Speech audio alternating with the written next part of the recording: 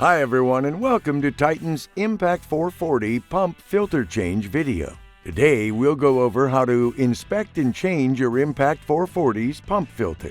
Remember that your filter should be cleaned after every use to keep the unit performing at its best. Please note that this video applies only to the legacy Impact 440 unit, not the new Impact X440.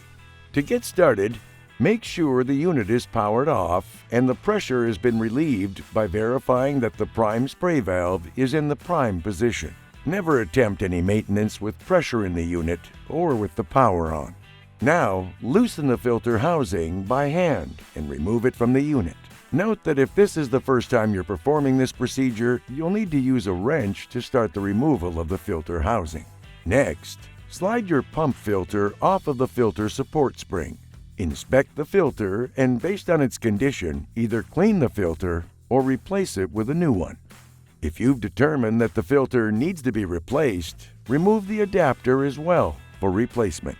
Now, inspect your filter seal located inside the pump block past the threads. Again, based on its condition, either clean the seal or remove and replace with a new one.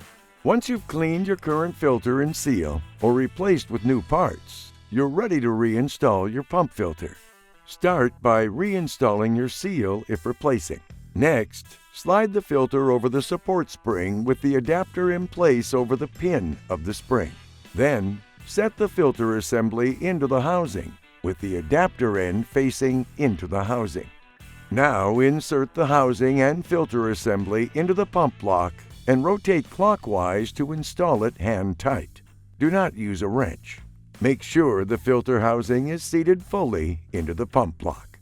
Thanks for watching the Impact 440 pump filter replacement video. If you have any questions, please refer to your user manual or contact Titan's technical service team.